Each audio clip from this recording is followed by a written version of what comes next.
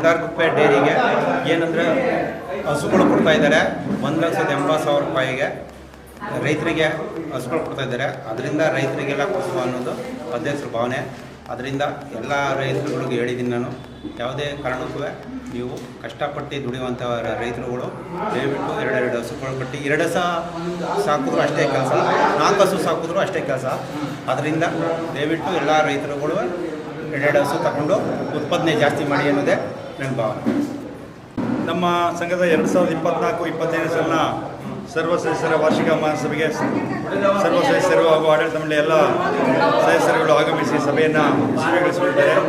ನಮ್ಮ ಸಂಘ ಯಾವಾಗಲೂ ಉತ್ಪಾದಕರ ಹಿತದೃಷ್ಟಿಯಿಂದ ಮಾದರಿಯಾಗಿ ಕಾರ್ಯನಿರ್ವಹಿಸುವಂಥ ಸಂಘ.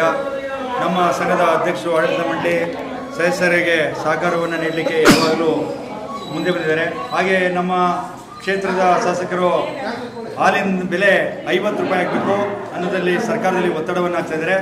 ಹಾಗೆ ನಮ್ಮ ಬೆಂಗಳೂರು ಹಾಲು ಒಕ್ಕೂಟದ ಅಧ್ಯಕ್ಷರಾದಂಥ ಸನ್ಮಾನ್ಯ DK ಸುರೇಶ್ ಅವರು ಸಹಾಯವಾಣಿಯನ್ನು ತೆರೆದು ಸದಸ್ಯರುಗಳ ಕಷ್ಟ ಸುಖಗಳನ್ನು ವಿಚಾರಿಸಿ ಅವರಿಗೆ ಪ್ರಗತಿಯ ಪಥದತ್ತ ಹೆಜ್ಜೆ ಹಾಕಲು ಒಕ್ಕೂಟದಿಂದ ಸಹಕಾರ ನೀಡ್ತೀನಿ ಅಂತ ಹೇಳಿದ್ದಾರೆ. ಹಾಗೆ 1,80,000 ರೂಪಾಯಿಗಳನ್ನು ಬಡ್ಡಿ ರಹಿತ ಸಾಲವಾಗಿ ನೀಡ್ತೀವಿ ಅಂತೇಳಿ ನಮ್ಮ ಮಂದಾರಗುಪ್ಪೆ ಸಂಘದ ಸದಸ್ಯರಿಗೆ ಹೆಚ್ಚಿನ ಸಾಲ ನೀಡಲಿಕ್ಕೆ ಮುಂದುವರಿದ್ದಾರೆ.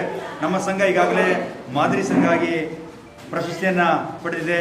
ಒಕ್ಕೂಟದಿಂದ ಸಿಗುವಂಥ ಹಲವಾರು ಸವಲತ್ತುಗಳನ್ನು ಚಾಚು ತಪ್ಪದೇ ಸದಸ್ಯರುಗಳು ಪಾಲಿಸಿ ಸಂಘಕ್ಕೆ ಕೀರ್ತಿಯನ್ನು ತರಲಿಕ್ಕೆ ಅವರ ಶ್ರಮ ಕಾರಣ ಆಗಿದೆ. ಅವರಿಗೆ ಈ ಸಭೆಯ ಅಭಿನಂದನೆಗಳನ್ನು ಸಲ್ಲಿಸ್ತೇನೆ.